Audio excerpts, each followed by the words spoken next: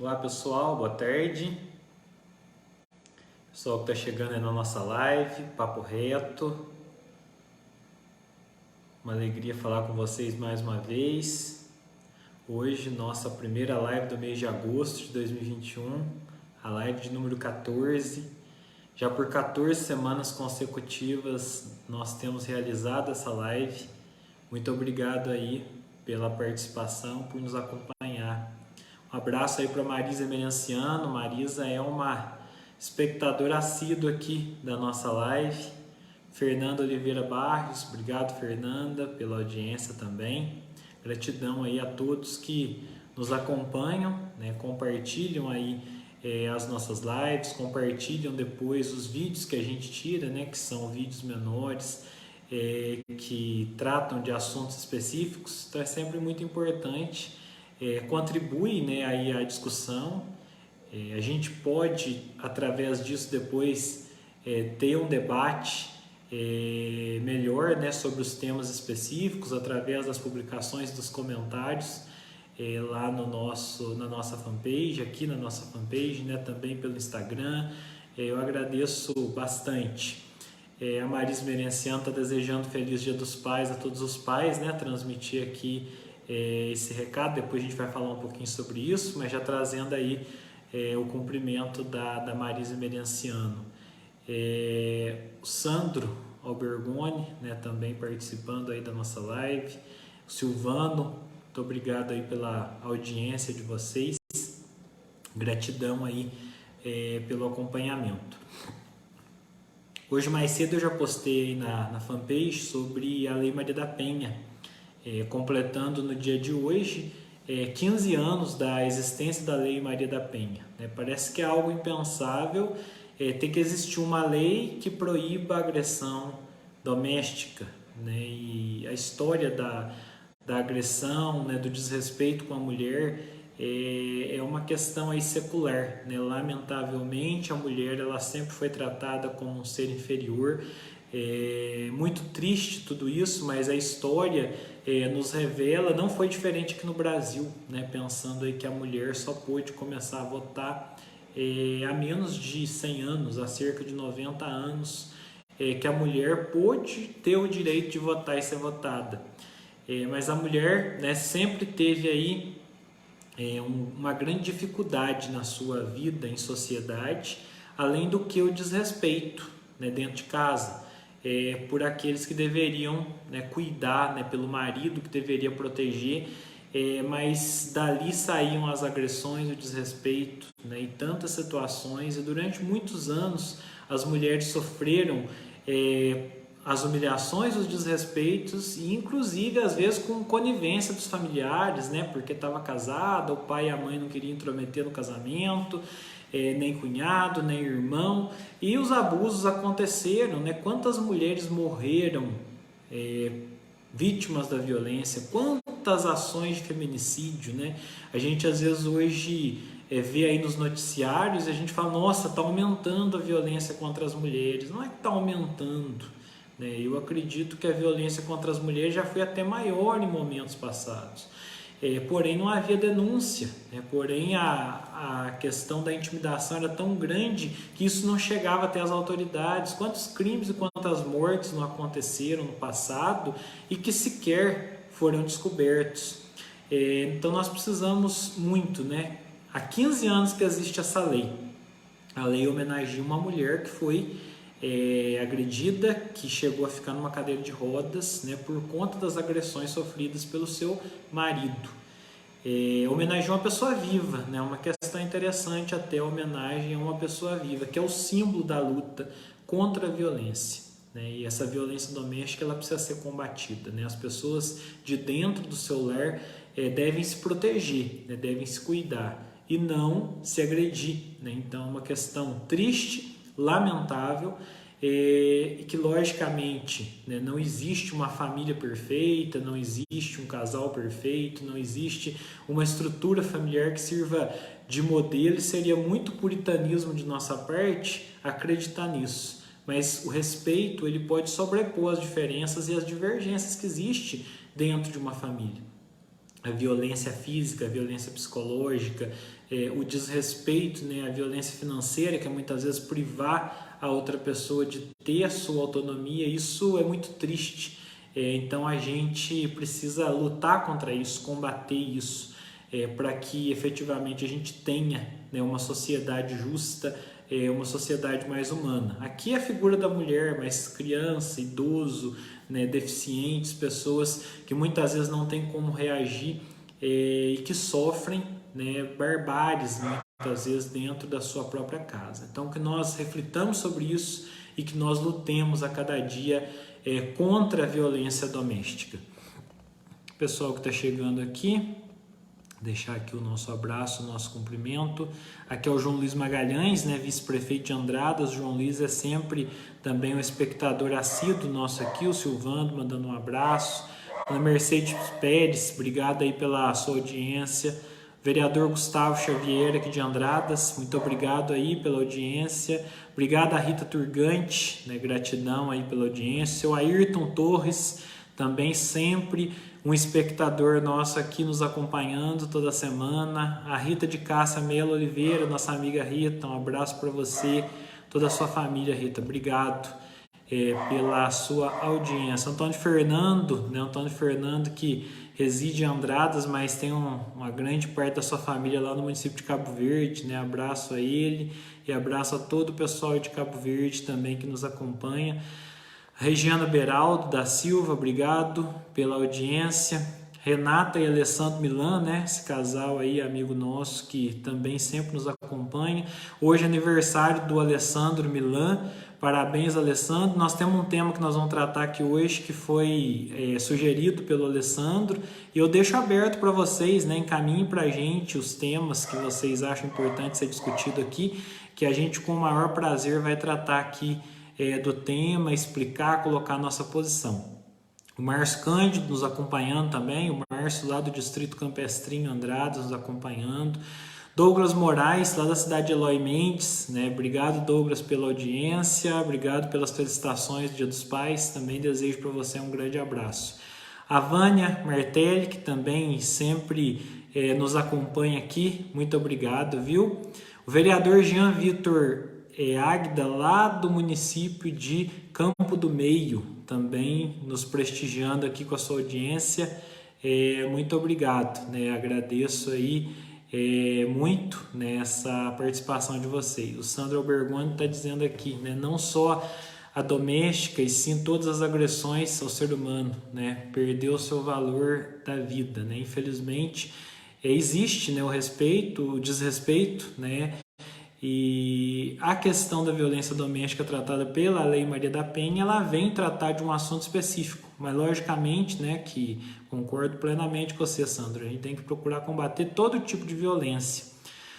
O Cláudio Renato Jareta, também muito obrigado aí, Cláudio, por nos acompanhar, obrigado pela audiência. A Josi Forte, muito obrigado, Josi, pela audiência. Larissa Carvalho, muito obrigado aí, Larissa, grande abraço. Tiago Trindade, gratidão aí pela audiência. A Maísa Felete, lá de Santo Antônio de Jardim, nossa professora aqui da Rede Municipal de Andradas, muito obrigado pela sua audiência também, agradeço muito aí. Bom, trazendo aqui o tema, né, que o Alessandro nos sugeriu, de alguns questionamentos. A gente teve aqui em Andradas, durante a gestão passada, que se encerrou em 31 de dezembro, a instalação de 15 conjuntos de semáforos no município, né? Então, assim, existe, né, pelo que o Alessandro nos trouxe, alguns questionamentos, críticas, observações, e que seria importante falar sobre isso, até para as pessoas poderem entender. E levando isso para um contexto mais geral, nós vamos falar do caso específico dos semáforos aqui em Andradas e também vamos falar da questão de mobilidade urbana, né, que vai além da questão local e que pode servir aí de observação aí para todos os outros municípios que nos acompanham. Nós conseguimos a implantação de 15 conjuntos de semáforo. 4 deles foram substituições. Nós tivemos substituições ali de 2 conjuntos próximo à Igreja Matriz, um conjunto aqui na Praça Antônio Augusto de Oliveira, próximo ao Hotel Palace, e um conjunto na Avenida Ricardo Teixeira, que são semáforos antigos que já existiam que foram substituídos por semáforos mais modernos. Tínhamos uma grande demanda na rua Delfim Moreira, principalmente saída aqui para Ibitura de Minas, ali na esquina com a Capitão Evaristo Lopes, e também subindo, né, a Major Pantaleão, Coronel Oliveira, e um local que era indiscutível conflito de trânsito, que é lá no conflito Delfim Moreira com a Major Bonifácio, ali na Casa do Cavalo, um local, né, de muito conflito de trânsito e de muita movimentação de pessoas. Esse trecho da Delfim Moreira tem uma circulação muito grande de pedestres. Um outro ponto de semáforo ali na rua Augusto Marcondes com a Major Bonifácio, que está na esquina, né, que quem vinha da Augusto Marcondes para acessar a Praça Coronel Antônio Augusto de Oliveira era impossível, né, principalmente no momento de pique, pela velocidade que os veículos trafegavam ali naquele local. Outro conjunto ali na Praça Antônio Augusto de Oliveira, próximo ao Teatro Municipal e ao Boticário. Outro semáforo na Bias Fortes, ali na Rua do Comércio, ainda na Rua Professora Elvira de Oliveira Ansani. Nós tivemos um conjunto ali próximo à Prefeitura, na Praça 22 de Fevereiro, com a Rua Marcelino Guilherme, e um conjunto na Padre Mariano Garço, ali onde era a antiga Copasa, mas a esquina ali com a Autoescola Santa Marina, fundos com o supermercado Serra Azul 2. Além disso, um outro conjunto lá na Ricardo Teixeira, próximo a Decorarte, e um outro conjunto na saída de Poços de Caldas, próximo à Choperia do Delminho. Esses pontos da Ricardo Teixeira é justamente uma questão de conflito de grande e alto índice de trânsito, né? Ali no Delminho, muito conflito, muito acidente, muita demanda que sempre houve naquela região.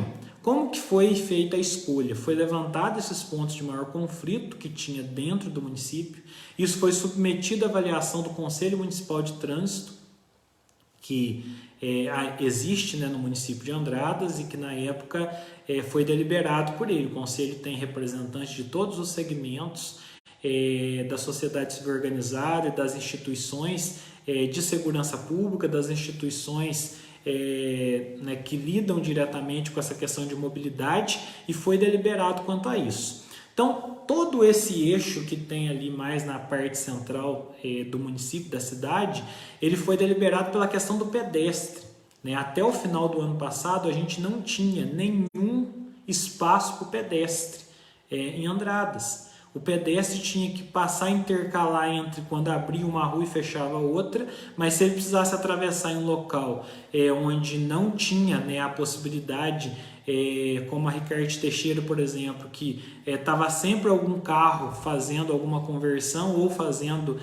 segmento da sua rota, esse pedestre tinha que correr, ele tinha que se expor ao risco, mesmo tendo a faixa. Lamentavelmente, a gente sabe que a educação de muitos motoristas ainda é bastante comprometida, às vezes a desatenção, e isso comprometia muito. Então, hoje, todos os 15 conjuntos de semáforo, ele tem o espaço do pedestre. É importante a gente refletir que a mobilidade urbana, ela não é só para o carro. O trânsito, ele não é só para o carro, né? O componente mais sensível do trânsito é o cidadão, é o pedestre que está passando por ali. E a todo momento a gente é pedestre, nem todo momento a gente é motorista. Grande parte do tempo nós somos pedestre.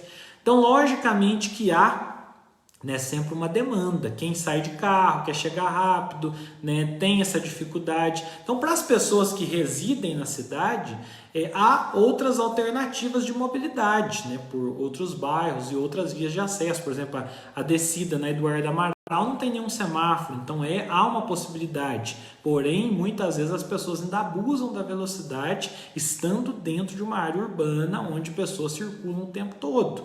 Nós vamos, mas talvez fosse desnecessário. Vou dar um exemplo, aquele semáforo da Padre Mariano Garço lá em Andrada, em relação, já tem outro ali na 22 de fevereiro, nós temos naquele quarteirão uma escola, né, com 3 turnos de aluno, crianças, pessoas à noite que fazem o EJA, tem um supermercado, né, tem uma autoescola, um fluxo ali por conta da prefeitura, aquela região toda, né, então há essa necessidade.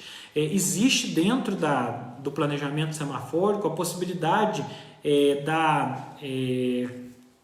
a questão da, né, conjugação de todos eles, criando a onda verde, né, onde é possível fazer essa sincronização de todos e isso é dinâmico, né, o setor de trânsito, na medida em que altera o horário de pico ou que, né, por exemplo, nesse momento de retomada econômica, é possível criar e fazer a sincronização de acordo com a necessidade do momento. Então é uma possibilidade que tem pelas tecnologias que existem.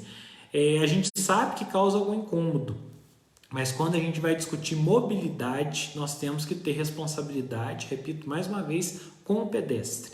Então essa educação, esse processo, né, de diálogo, esse processo de respeito é fundamental que aconteça, né? Logicamente que a maioria das nossas cidades elas não foram planejadas para grandes fluxos de veículos. Andradas não é diferente. Além de tudo, a gente ainda não tem a rodovia do contorno e por isso o trânsito passa por dentro da cidade. Assim como Andradas, inúmeras cidades de Minas Gerais têm rodovias que passam dentro da parte urbana, que não se respeitou a rodovia no decorrer dos anos e ali foi se construindo. No caso de Andradas, nem existe mesmo a rodovia, né? Uma rua sobe, outra rua desce e infelizmente há essa dificuldade na mobilidade. Porém, né, nós precisamos criar os mecanismos de proteção ao pedestre. Né? O pedestre precisa, com toda certeza, ter segurança. Né? Crianças, idosos, né? Pessoas que precisam se locomover. Então esse é o primordial dentro da questão de mobilidade urbana, o respeito ao pedestre. As questões de acessibilidade, que também são importantes, a questão do movimento através de veículos alternativos, como é o caso das ciclovias, né? A questão do transporte público, o Uber que está chegando aí. Então são infinitas possibilidades de mobilidade urbana que estão diretamente ligadas na vida das pessoas, no dia a dia das pessoas, né? Quantas vezes a gente ficou parado tentando atravessar uma rua porque ou não tem uma faixa de pedestre, ou se tem, muitas vezes os motoristas não respeitam essa faixa de pedestre. Então é uma questão de consciência. Por isso a educação no trânsito ela tem sido introduzida dentro das escolas, ensinando as nossas crianças, pensando em mudar uma futura geração. Né? Outro problema que a gente tem, né, muitas vezes os nossos motoristas têm dificuldade, né, com a sinalização de dar seta, se vai entrar à direita, se vai entrar à esquerda, né? Não tem essa atenção à sinalização, isso complica muito. Né, a questão aí da mobilidade. Às vezes não é nem o problema do semáforo, mas a pessoa está desatenta, o semáforo abre e ele espera ali de 5 a 10 segundos para poder arrancar com o seu veículo, a pessoa que está na frente, com isso compromete toda essa questão. Então tudo isso é um processo de evolução, mas nós temos que entender que a parte de sinalização semafórica é um processo moderno de organização do trânsito. E eu não tenho dúvida que isso, né, será aí necessidade nas cidades que têm grande movimento. Isso sempre, né, vem contribuir, né, com as pessoas. E logicamente que na questão do trânsito é possível, né, no decorrer do tempo, aí ir buscando possibilidades para contornar e para resolver essa situação. Então espero que tenha sido claro, espero que tenha atendido aí, Alessandro, a sua demanda, né, de estar explicando quanto a isso. E sempre há, né, quando algum município quiser implantar alguma questão como essa, é importante consultar, né, a sociedade civil organizada. Muitas vezes eu sou um pouco avesso à questão de uma enquete. Eu acho que se for para consultar a população, o caminho mais sensato é uma pesquisa, né, com critérios científicos para que se possa avaliar de fato. A enquete muitas vezes vai ser a pessoa que tem, a camada da população que tem acesso à rede, que vai se manifestar, que vai opinar, e não de maneira geral a população. Por isso uma pesquisa científica da população. Uma coisa também é ouvir a população, outra coisa é tecnicamente aquilo que precisa ser feito. Quando você fala em mobilidade, e a gente tem um conflito, como eu disse, do pedestre e do motorista, nem sempre o que agrada o pedestre vai agradar o motorista ou o morador, porque o morador daquela rua tem uma demanda que às vezes não é viável para o motorista. o motorista tem uma demanda que às vezes não é viável para o morador. Então há um conflito de interesse muito grande e a gestão pública ela tem que sempre optar pela questão técnica e principalmente pela preservação da integridade das pessoas, que é primordial, né? Não tem como a gente deliberar, né, estando à frente de uma gestão, falar assim, ó, essa rua é mão única, eu vou fazer uma enquete para decidir se ela vai ser mão única ou se ela vai ser mão dupla. Não, primeiro eu tenho que ter a avaliação técnica para saber se aquela rua tem viabilidade de ser mão dupla. Do contrário, não adianta eu fazer uma pesquisa e ter a opinião da grande maioria que deve ser mão dupla, mas se tecnicamente ela não puder ser mão dupla. Então, tudo isso tem que ser considerado. Não se governa apenas com pesquisa de opinião também, não se governa apenas com enquete. É fundamental que se tenha um estudo técnico para saber aquilo que é viável ou inviável. A partir que você tenha 2 ou 3 possibilidades viáveis, aí você pode ouvir as pessoas sobre qual das 3 opções, das 2 opções, seria melhor, né? Então isso é uma coisa interessante, mas que é importante a gente saber, né, que há necessidade dessa organização. Vamos ver aqui, tem mais pessoal, né, entrando aqui, participando e se manifestando aqui com a gente. Agradecer aqui a participação da Regina Zanetti também, né, está sempre aí nos acompanhando. A Marta Tomás Benevene, muito obrigado aí pela audiência, também nos acompanhando. Aqui a Maria Eugênia de Moraes Marques também, aqui firme nos acompanhando. Antônio Carlos de Lima, né, o vereador Antônio Carlos de Lima de Andradas, lá do Distrito Campestrinho, também nos acompanhando. José Carlos Barbosa, né, muito obrigado. Aqui ele também está mandando um abraço para todos que estão acompanhando a live. A Ioneres Marcon, obrigado Ioneres pela audiência, mais uma vez aí. Aqui a Alvarina Seco de Oliveira, muito obrigado Alvarina pela audiência. Cassinha Pontes, também agradeço muito, Cassinha aí nos acompanhando. A Ângela Maria Praga, obrigado pela audiência. A Aline Dias, né, muito obrigado por estar nos acompanhando. O Guido Marco, né, nos acompanhando aí, bem distante, né, de outro estado, e firme aí nos acompanhando, né, muito obrigado aí pela sua audiência. Aqui o Alessandro dizendo, né, que sempre cada um pensa, né, na sua necessidade. De fato, isso é legítimo, mas há sempre a importância da gente, né, observar o contexto geral e por isso, né, que essa sensatez aí, essa posição sua que você está colocando, bacana, para sempre ser observado. Né, o Dandan nos prestigiando aqui, obrigado Dandan. O seu Roselé Caproni, muito obrigado, seu Roselé, pela audiência. Rodinei Rossi, muito obrigado pela sua audiência aqui. A nossa educadora Claudete Mangucci também nos acompanhando. Muito obrigado, gratidão aí pela audiência. Uma outra questão importante que eu queria falar com vocês, até houve uma intervenção nossa dentro da assessoria do senador Rodrigo Pacheco, juntamente, né, com outros assessores, com as pessoas ligadas ao mandato do senador, quanto à medida provisória 1040, que vem tratar da facilitação do ambiente econômico, né? Então é um processo de desburocratização, essa medida provisória.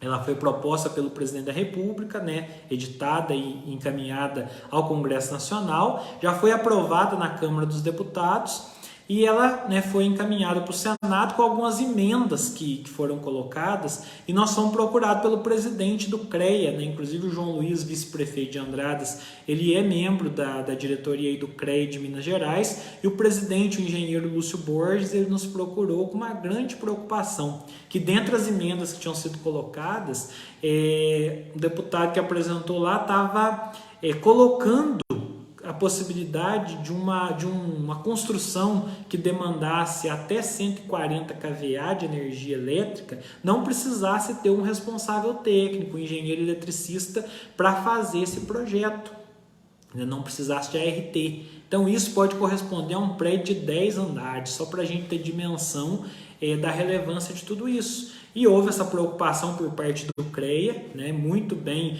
colocada aqui, como eu falei, né, os técnicos são sempre muito importantes, precisam ser ouvidos dentro do conceito. Nem sempre tudo que a gente deseja pode ser feito. E nós fomos, né, até o senador relator, né, eu os acompanhei ainda em nome da assessoria do senador Rodrigo Pacheco, tem 2 semanas que nós tivemos lá com o senador Irajá, que é um senador lá de Tocantins, e ele prontamente, né, nos ouviu, foi muito atencioso, no seu relatório ele contemplou essa demanda apresentada pelo CREA para suprimir essa emenda, que poderia ocasionar um grande risco à sociedade. Nós vimos recentemente aí prédios desabando no Rio de Janeiro, né, prédios aí desabando em outras partes, né, até do mundo, e a gente fica pensando na questão elétrica, né? Quando você tem um edifício, quando você tem pessoas residindo, né, dentro de um edifício, são vidas ali colocadas, e como que você não tem uma responsabilidade técnica quanto à questão elétrica. Então isso foi, né, colocado pelo relator no relatório, suprimindo essa emenda.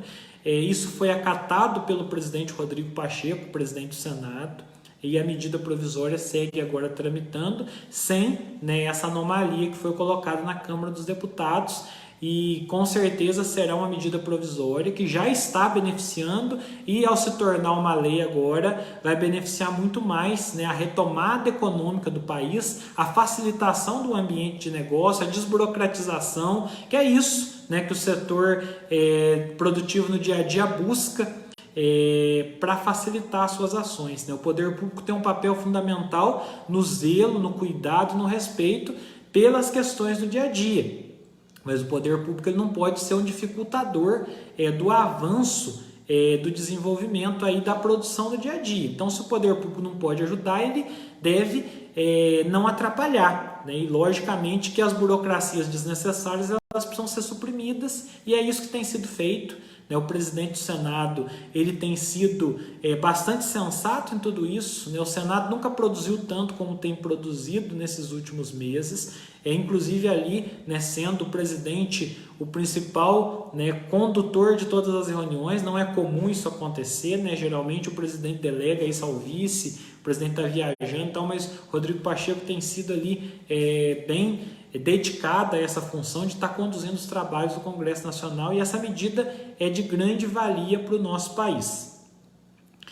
Eu quero aqui falar mais uma vez da minha gratidão, né? Quem acompanhou minhas redes aí viu que eu fui vacinado com a primeira dose essa semana. Então sou muito grato ao Sistema Público de Saúde, a possibilidade de ter recebido a vacina, e presto aqui uma homenagem, né, a todas as pessoas que não tiveram a oportunidade de serem vacinadas, a todas as pessoas que lamentavelmente faleceram durante esse período. Eu homenagio na figura do meu avô, né, que nós perdemos ele aí em 21 de setembro de 2020, que infelizmente, né, foi aí muito tempo, né, mais de 6 meses antes da vacina chegar na sua idade, de ter disponibilidade de vacina.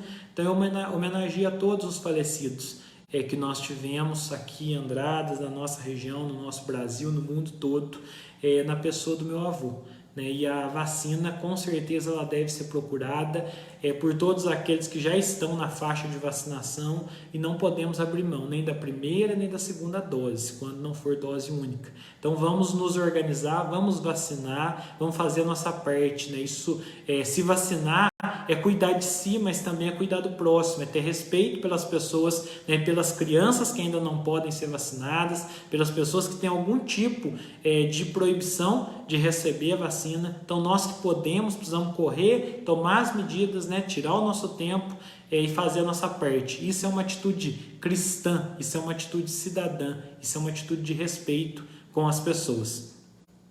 Gente, não poderia deixar de tocar aqui. Essa semana, lamentavelmente, a gente vê aí pelos noticiários mais uma ação, né, aí, mais um processo todo de conflito entre poderes, entre o presidente da República, ministro do Supremo.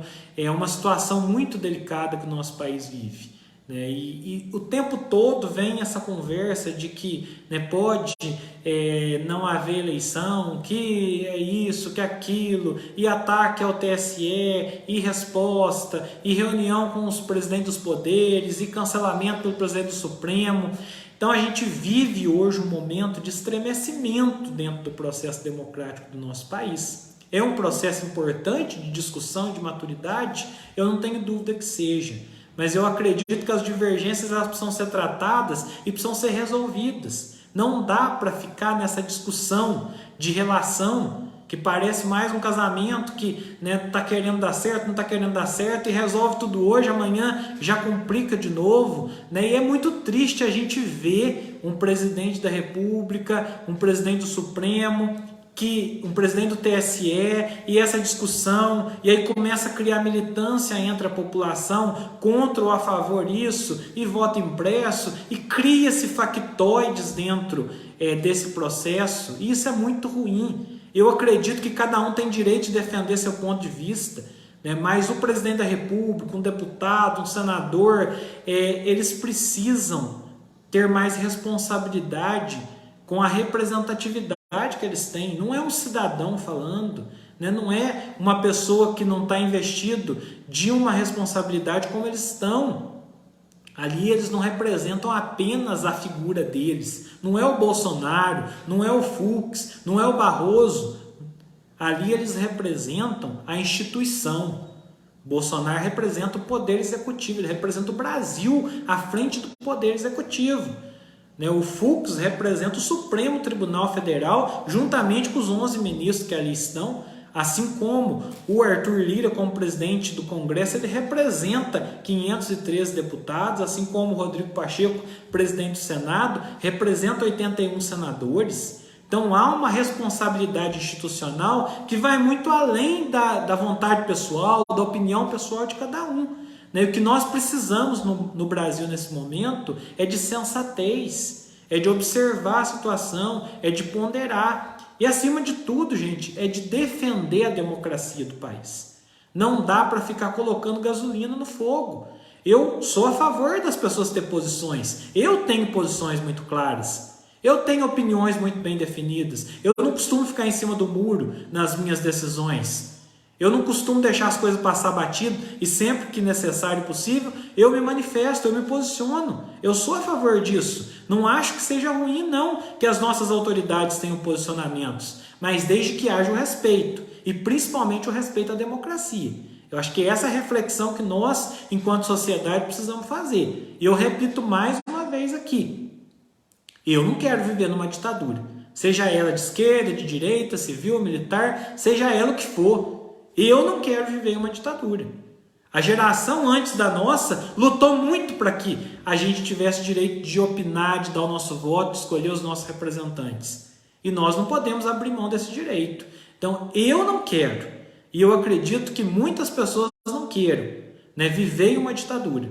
Por quê? Já disse em outros momentos, a ditadura beneficia alguns e prejudica muitos. Nós temos uma ditadura de esquerda em Cuba, que todos sabem o prejuízo que isso trouxe durante todos os anos. Nós tivemos processos e ditaduras fascistas de direita que aconteceram em outros países, na Europa, movimentos totalitários e de total desrespeito. Muito simbolicamente tem aqui a Alemanha, o Muro de Berlim, que foi superado aí na década de 90, e a gente vê hoje pessoas falando que o Brasil tem que fazer um muro no meio e colocar o povo de direita de um lado e o povo de esquerda do outro. E eu que não quero escolher se eu sou de direita ou de esquerda. Agora, isso é um processo de intolerância.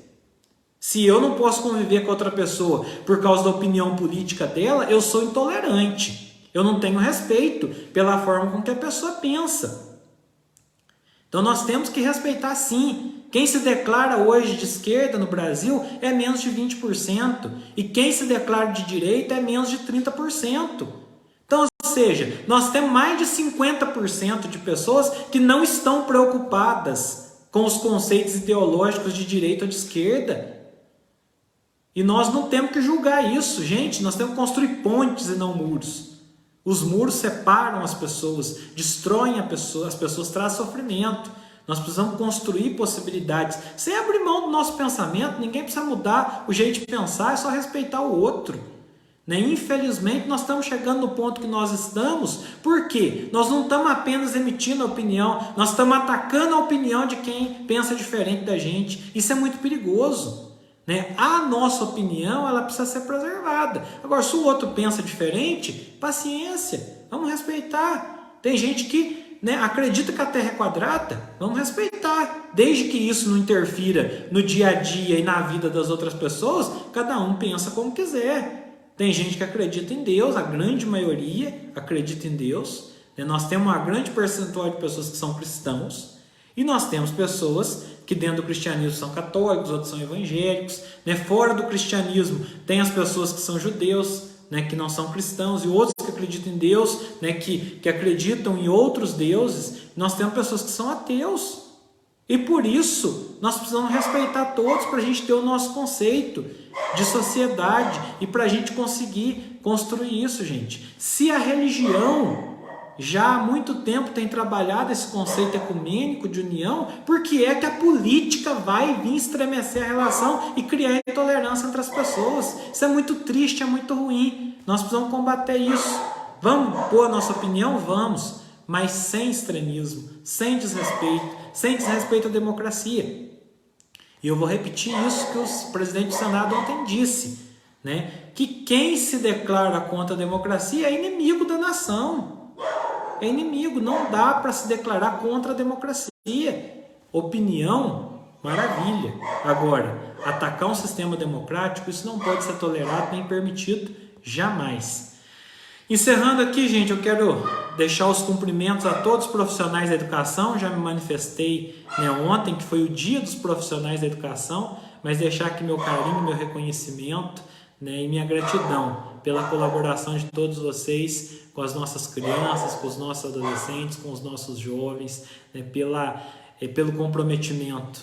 A valorização ela vem vindo aos poucos e devagar, mas acima de tudo nós percebemos que os nossos profissionais não esperam só pelo reconhecimento, mas eles prestam serviço antes. Por isso minha gratidão a todos, professores, diretores, supervisores, coordenadores, psicopedagogos, pessoal da secretaria, merenda, as nossas queridas merendeiras, pessoal que cuida da merenda, pessoal que cuida da limpeza das escolas, os motoristas, todos aqueles que estão no dia a dia envolvidos com a educação. Parabéns, muito obrigado. Vamos aqui agradecer o pessoal que participou agora aqui mais ao final, antes da gente estar encerrando a nossa live. Eu agradeço aqui a Lucirmínia, prestigiando aqui a gente. Muito obrigado aqui a Regina Reis, gratidão aqui. José Adalto Farias, muito obrigado pela audiência, muito obrigado por nos prestigiar. A Zilda Ribeiro, a Zizi também, que tem sido assíduo aí nos acompanhando. O Gilvan, do Distrito da Gramínea, município de Andradas, também nos acompanhando aqui. Muito obrigado aí pela sua audiência, Gilvan. O Catinho, e a Ritinha aí, Fernandes, nos acompanhando, prestigiando aqui a nossa live sempre. E é isso, gente. E a minha última colocação aqui é uma homenagem a todos os pais. Amanhã, dia 8 de agosto, segundo domingo de agosto, é um dia da gente parar, refletir e agradecer a Deus pela nossa família, pelos nossos pais. Quem tem o privilégio de ainda ter seu pai, graças a Deus eu tenho o meu, nós temos que render aqui a nossa homenagem, a nossa gratidão por tudo aquilo que nos foi ensinado. Então, minha gratidão ao meu pai aqui, Oscar, que eu deixo aqui o meu reconhecimento. Para aqueles que não têm mais seus pais, que já têm seus pais aí junto de Deus, que façamos por eles uma oração, pedindo que de lá de cima eles possam nos abençoar, e trazer aí boas energias para que a gente possa enfrentar as dificuldades no dia a dia.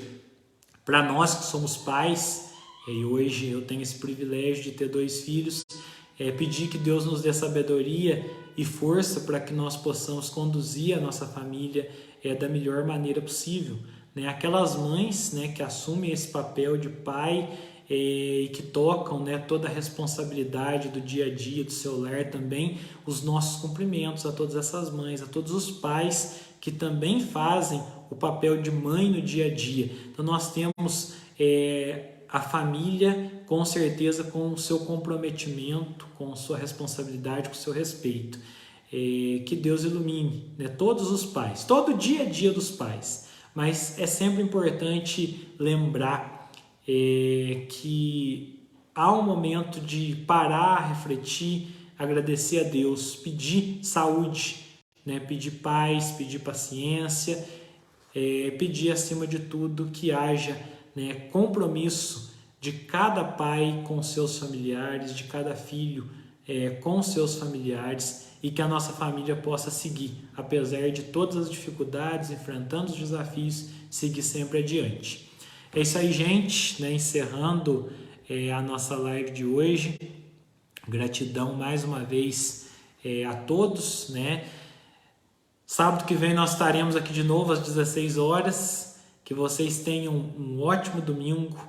O Alessandro aqui com a Renata Milan estão trazendo aí a mensagem Feliz Dia dos Pais também a todos os pais que nos acompanham. E que a gente tenha uma semana abençoada, né? Muito obrigado a todos e até a próxima semana, se Deus quiser. Um abraço.